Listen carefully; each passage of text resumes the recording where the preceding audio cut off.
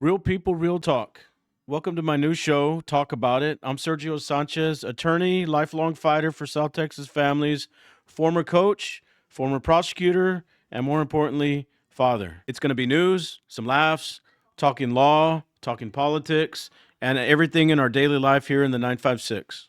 I'm here to break things down in my own way, bring people together, push for the RGV, and push for the Texas that I think we deserve. So pull up a chair and let's talk about it. Welcome back to the show. Something a little different tonight. We have our first guest.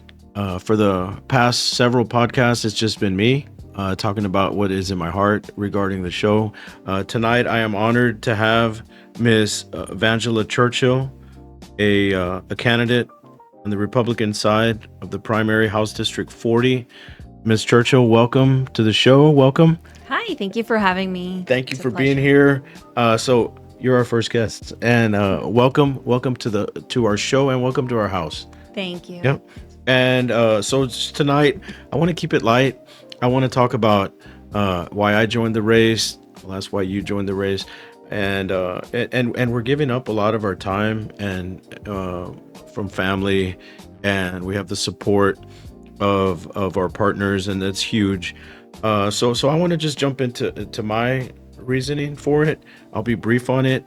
I joined this race to offer my position of advocacy for a region I think has been lacking for a lot of years. I've got ideas on law that I propose on a very regular basis, and I have my version of advocacy and my unique background, prosecutor, and this, and so I hear you talk of your background in education, but I want to pass it along to you. Why did you join? We're not competing against each other. We're neighboring districts, and but we are our similarity is we're both running on the Republican field. Why did you join, and what makes you uniquely, or what are your big issues? Well, I decided to join because you can't just sit there and complain and then expect something to change. I see people complaining about high taxes. There's a multitude of issues that we know that both of our districts are concerned with. But as an educator and somebody who has been in our school districts for almost 30 years, I see what goes on behind the scenes. I hear teachers complain. I even hear our administrators complain. And it's a lot of times it's not necessarily our school districts that are doing anything wrong. It's coming from TEA or higher up. And so the only way we can make real change is by being that person to step up and take on that challenge and go out there and see what we can do. I appreciate the response. I've got, on dad's side of the family mainly, we are a family of educators from elementary. We have administrators. Dad went on to become a counselor, and so Gadiana, retired librarian, and so I understand, and it's supported our family, the district. Can you speak to teacher pay?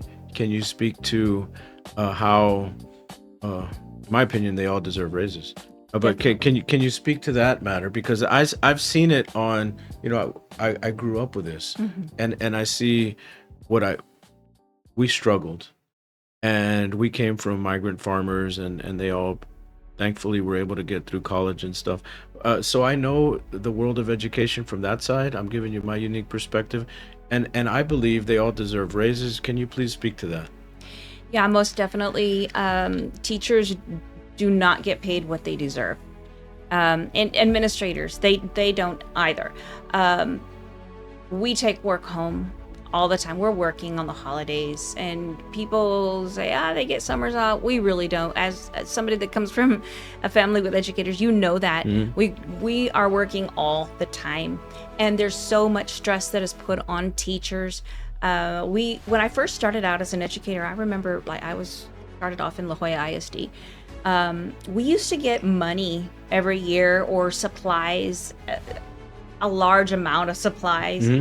for our classroom to decorate it. Now it's a measly $100. What can you do with $100? So do you have to do on your own? You're We gonna do. decorate. Okay, so that because I've seen that, and it's almost the classrooms are beautiful, and you can tell the Right. pride that the teacher from kindergarten, every class, and they're paying out of pocket for this. We are. And I know a lot of teachers pay a lot of money, and it's not just decoration, it's also supplies for our students. Mhm. We do things, whatever can make our students feel more comfortable so that they can learn, we provide it to them. That's any educator that's dedicated does that.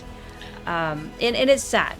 It's sad. And we've we did get a little bit of a raise. Teachers in Texas did get a little bit of a raise, but it's not significant. Sure.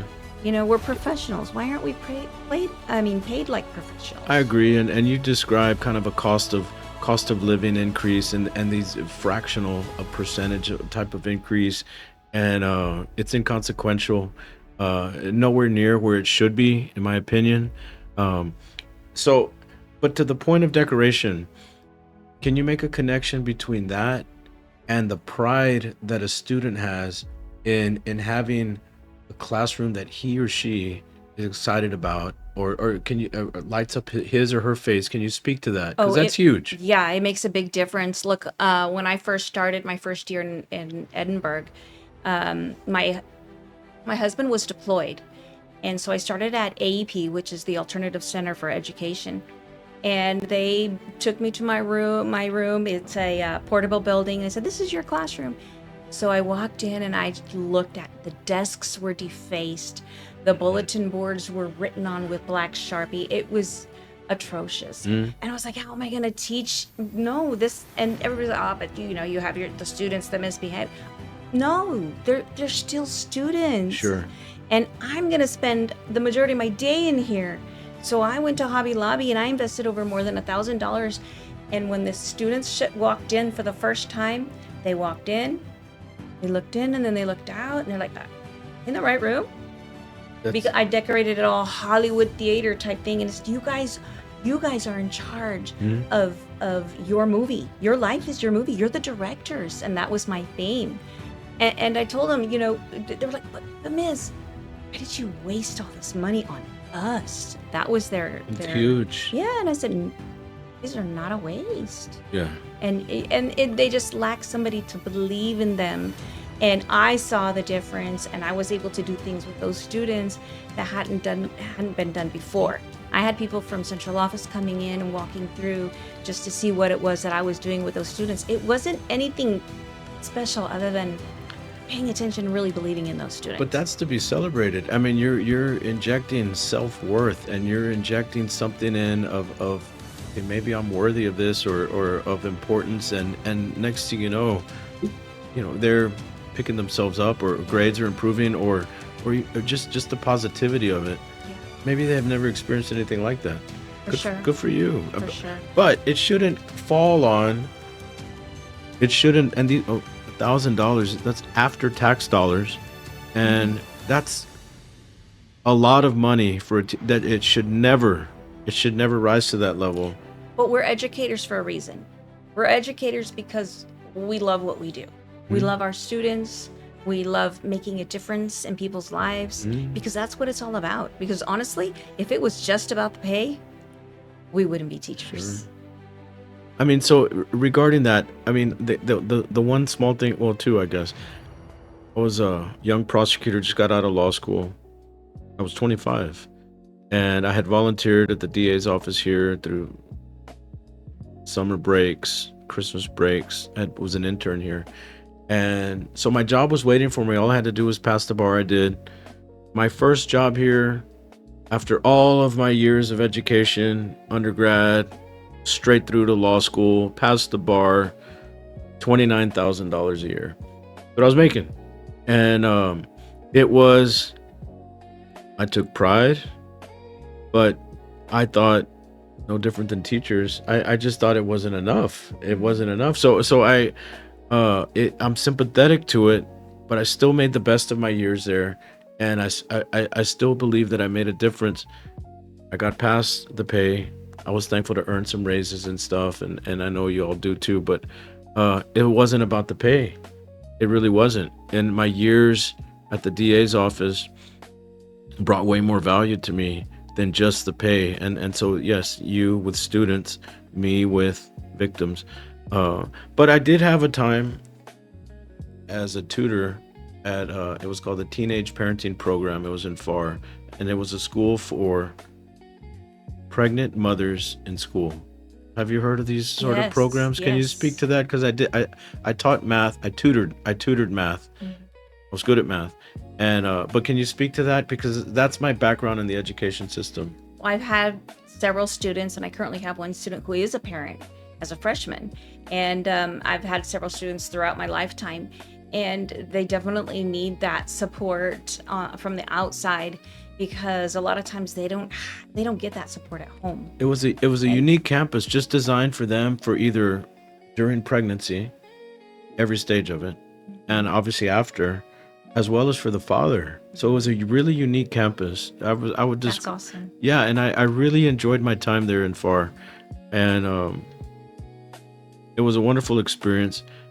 I think they should have more campuses like that because it's away from the main campus. It's a whole separate Hmm. structure, and it's it's addressing a need.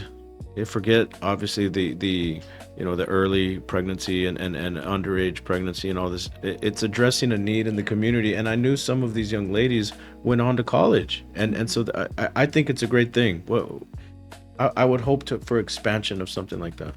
Yeah, I mean, obviously, we don't want our youth to become teen parents, Hmm. but when it happens, we also don't advocate for abortion. Sure. So what solution can we bring to the table? And that's what we got to think about. Well, I was proud of my time there doing it, and that was definitely never encouraged. It was the exact opposite. It was a campus for life, for the life of a child, and obviously there's more than just a baby. There's a mother, Right, there's a father, and there's an education that needs to happen. right. And so I was very thankful for my time there. I learned a lot. I learned from them, and I taught them. And I really appreciated my time there. That was my experience as being a teacher. I was not the math teacher. I was in college, but we did well. Um, but to that point, I remember my time there. It was 2 years. My time there, we on a standardized test and getting through algebra, and we muscled our way through it. We spiked on our grades on that standardized test, and we did really well. We put a lot of effort into it. But can you speak to that on standardized testing? Yeah. I know it's controversial in the state. It's exploded from back then. That year was 1993 when I was Hmm. there. It's a different era now, standardized tests. Can you speak to this controversial subject? Yeah, there's so much that I could say about it. I don't know one teacher that can say anything positive about standardized tests. And I definitely don't know any students that can say anything positive about it. Our students, our parents, our teachers, and even our administrators, we don't like it. We understand that we have to be held accountable for what we teach. But at the same time, when the only thing that's being taught is a test, how are we harming our children? Like our reading and our math scores have been the lowest that they've ever been in so long, because we're not teaching real content. We're teaching our students how to take a test. And it's not just one test. It's multiple tests. It's there's a test for every subject. Well, at the high school level, there's 5 subjects. Plus, if their first language is Spanish, now they have to take a TELPAS test. And then there's TIA tests. So teachers, I don't know if you know this, but teachers now are able to qualify if they become a designated TIA teachers, what it's called, teacher incentive allotment. Okay. And so if they meet a criteria, they can earn like a bonus. The state provides the bonus, not the school district. Okay. But each campus or each district sets the criteria. So I've already met that criteria. So I am a TIA designated teacher. If you look up my teaching certificate, it's there. But then you have these, it was based off STAAR tests, but then you have these other teachers that teach non-STAAR tested subjects that want their share too. We have great teachers in all subjects. So why are we limiting the money to just the teachers who have that are teaching? But you're describing something that's overwhelming, and not only STAAR. It's not STAAR once a year. It's multiple times throughout the year. The benchmarks that they have to take. And so any of us that have children know this, and we get the messages, and the district sends out messages. Please have your children on time. We are testing. That would come up all the time. It felt like it was never ending. Right. So what's the benefit? What problem are they trying to solve with this level of testing? So TEA holds districts accountable for their STAAR scores and TELPAS scores and college career and readiness, military readiness. So if they don't meet, I mean, that's how schools are rated. I'm sure you've heard this is an A-rated district and everybody wants to go to yes. That's where they're getting their rating from. Okay, so I would really love to see TELPAS go away completely. Okay, so it strikes me as we're creating multiple levels, but for what purpose? What's the benefit? What's the benefit to the student, and ultimately, what's the benefit to society for this? See, that's the key part, and that's where I come in, because I don't see how our students are benefiting from taking these tests, especially TELPAS. They want to know how well they're speaking English. Have they shown progress? We have these kids that have been in our public schools since kindergarten, and they're still classified as what the state says emergent bilingual students, and they're still taking this test. They have to meet a criteria to exit the test. The students really don't care about the test, so they don't try, and they're labeled EB until they graduate, and all it is a waste of our time. But I'll tell you what, the people that benefit from this the most, these are the test makers. Okay, so there's a cottage industry exactly that exists. It's not about our students. Okay. It's not about what's best for our community. It's about whose pockets are we lining. Well, I mean, so that's where does the money go, right? And Exactly. these are tax dollars. Okay, so, and if there was a benefit, if you could point to that our rates in math and our rates in science, which ultimately are national security issues, we have producing engineers and they go. I understand that, but if it's lacking and if it's not there, how, and you can't make that connection, then who's the winner and who's the loser? And I think the taxpayer, it strikes me, is losing on this one. Yeah. And when you look at our attendance rates and you see that, like at the freshman level, 89% of students are going to school a day. What does that say? Kids do not want to go to school. They're not having fun at school. No. The ones that are at school every day, there's two classes. Your kids who are smart and they're earning an associate's degree, they're taking college level classes or AP classes, or your kids who want to be there because they don't have food at home, or it's cold at home when it's cold outside, or there's AC in school when there's no AC at home. I got you. So those are your kids that are attending regularly. But then you have your kids that they're not interested in preparing for a test their entire high school years. I'm dating myself here, Vangela, but I recall showing up and we would get this number 2 pencil and you'd have to bubble in your name on the old-fashioned bubble deals, and I would do, and that happened infrequently, every now and again, and I would breeze through a test, and it was easy to me. It was easy to me. We didn't prep for it. I didn't even know about it. I didn't even know it was coming. But I was taught in an old-fashioned way, a more well-rounded education, that testing became easy. And extrapolate that forward, undergrad became easy. and extrapolate graduate school as well. And the benefit is of the more traditional form of education. I never studied in law school for the bar exam. It's not the way it works. It's a well-rounded approach to the study of law. And then when you get to the bar exam, it becomes easy. It was easy. It was easy. I breezed my way through it. So the same can be said, I think, at every level. So, I mean, speak to that. I think that's what you're getting to. Yeah. So if I could just teach the curriculum, if I could read stories and analyze the stories with the students, look at what a hyperbole is and juxtaposition and all these, literary elements within the curriculum instead of the way it looks on a STAAR passage, then our kids would be so much more advanced. Let me tell you what happened. There was a STAAR test that was given with a poem one year, and they wrote STAAR tested questions over it, and students, I don't recall how students did on that test, but they took the poem, they gave it to the author of the poem, and asked him to answer the questions over it, and he couldn't even get the answers right. Okay, so it's just nonsensical. It's open to interpretation. Yeah, it's just, okay. I get it. So, And so what are you really learning? Not even that exactly. person could answer. Exactly.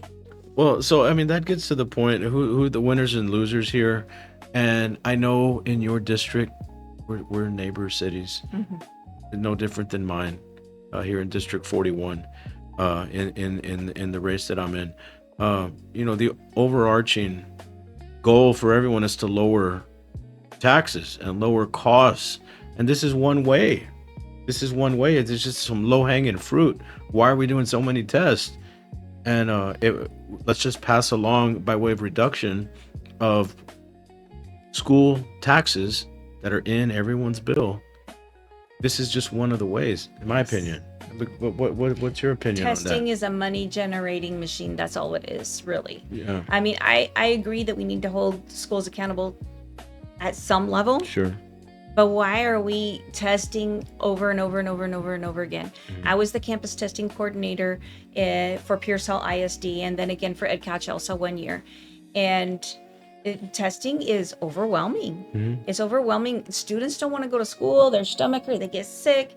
Why? Because these kids, their graduation depends on it. Some kids are just not good test takers. To get to the next grade depends on it. They have the knowledge, but they're just not great test takers. So then it's an unneeded stress level. Absolutely.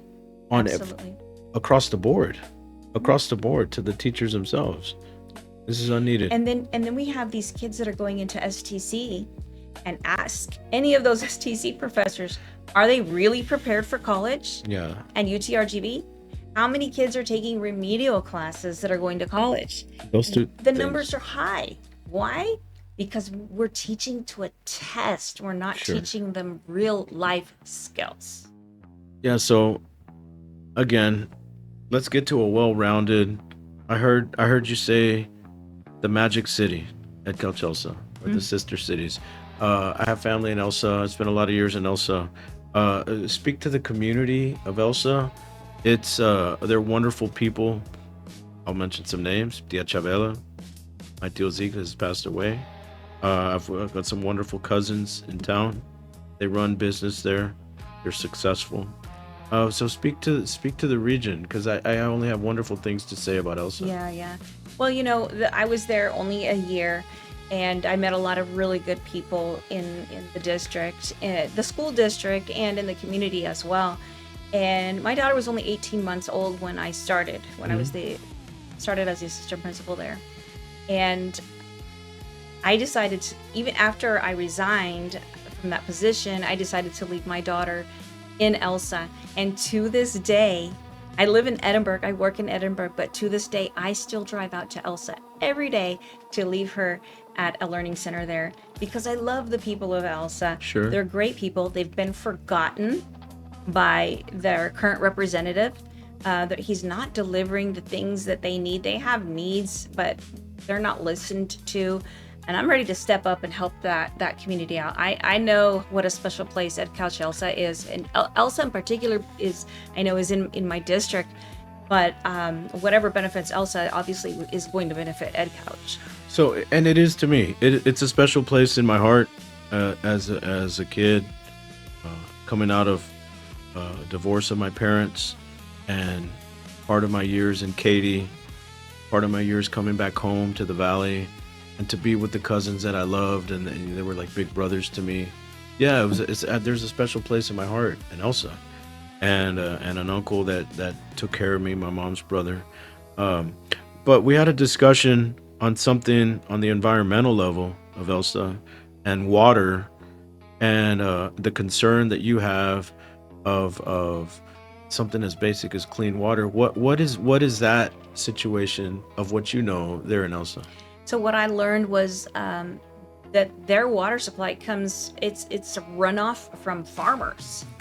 So, I mean, well, that needs to be investigated and looked at more. Why aren't they receiving water like the other cities are? For sure.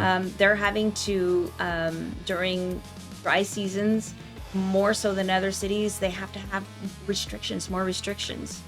Well, that's a huge problem for sure, and the concern is of chemicals and pesticide for obvious reasons, and this water gets into baby bottles, and this water is across the city. This is a huge issue that obviously needs to be investigated. That's non-political. This is not a political discussion.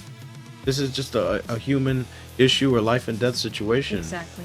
And so there's some things that transcend politics, and this is for sure one of them. It's water. Right. Who knows how many people have had health issues because of the drinking water.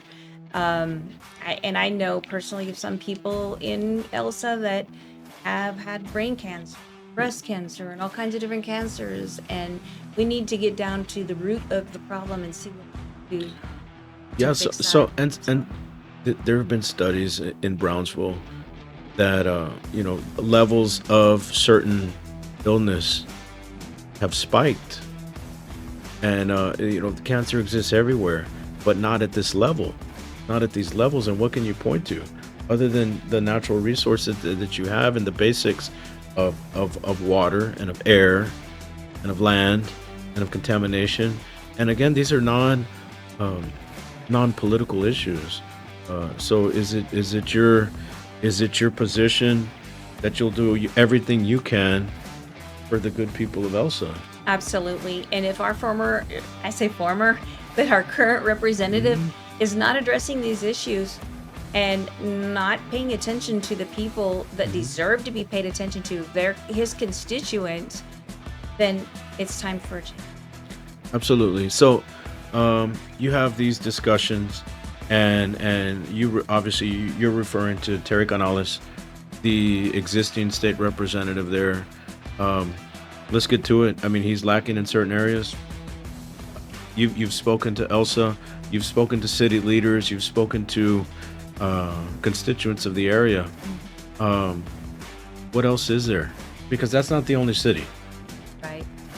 No, well, there's a lot of people that are ready for a change. There are people that just really do not care for the way he handles things. I know that in regards to education, he is not about parental choice. So he wants to keep everything the way it is. So when it comes to parental choice, parents being able to choose what is best for their child.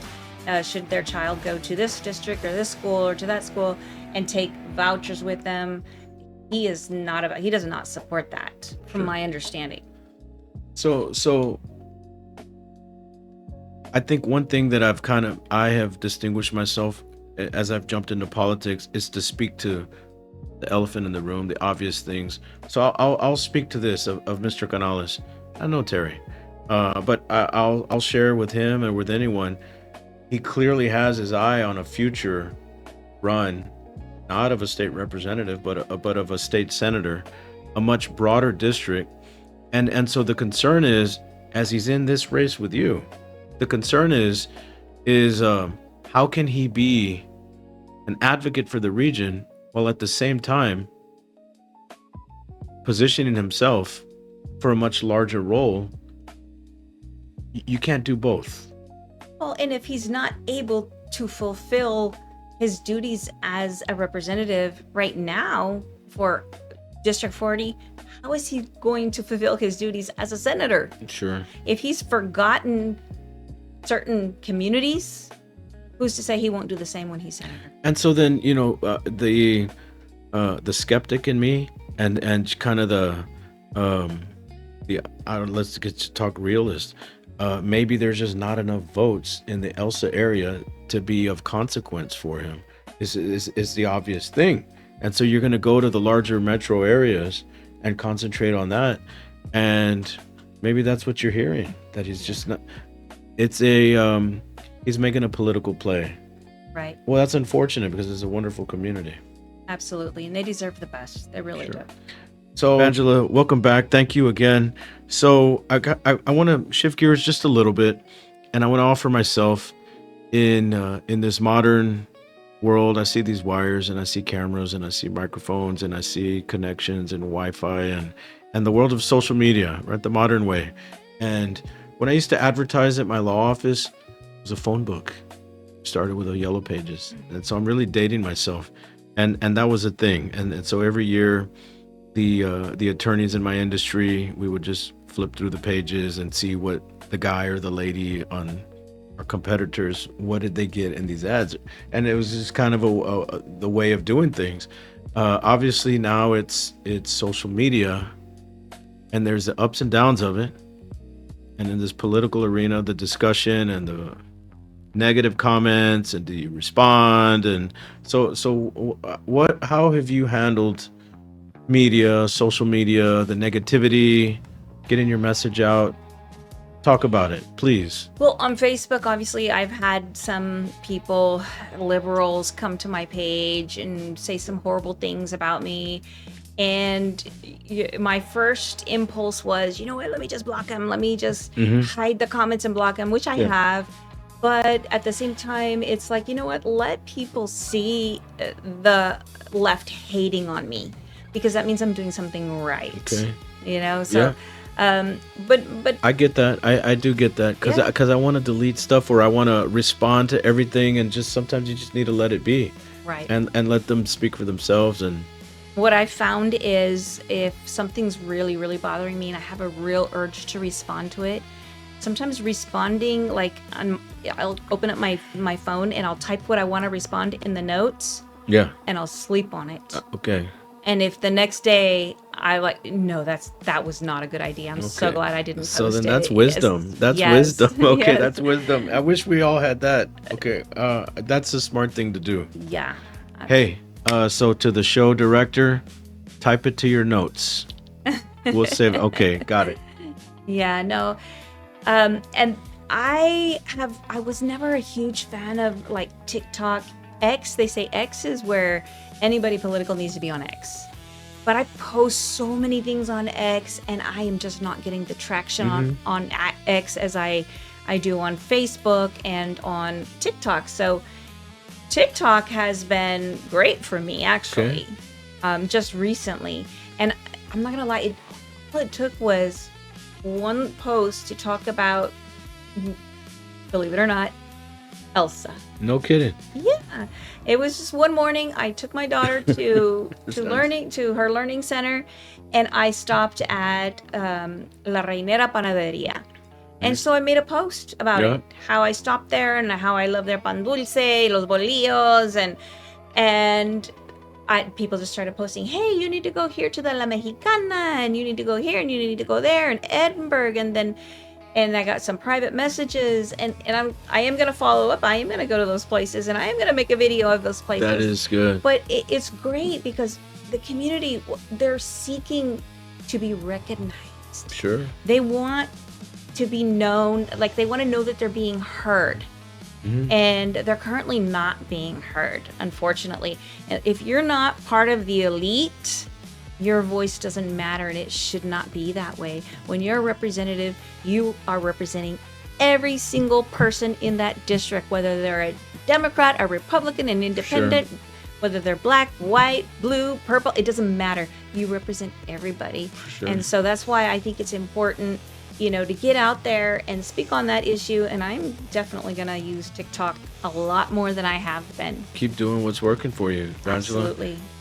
And to that point, so every now and again, I will respond, and to these people that are so against me, and I will fight, put forward my plan, and I'll fight to lower everyone's property taxes or exemptions on property taxes of law enforcement or of seniors.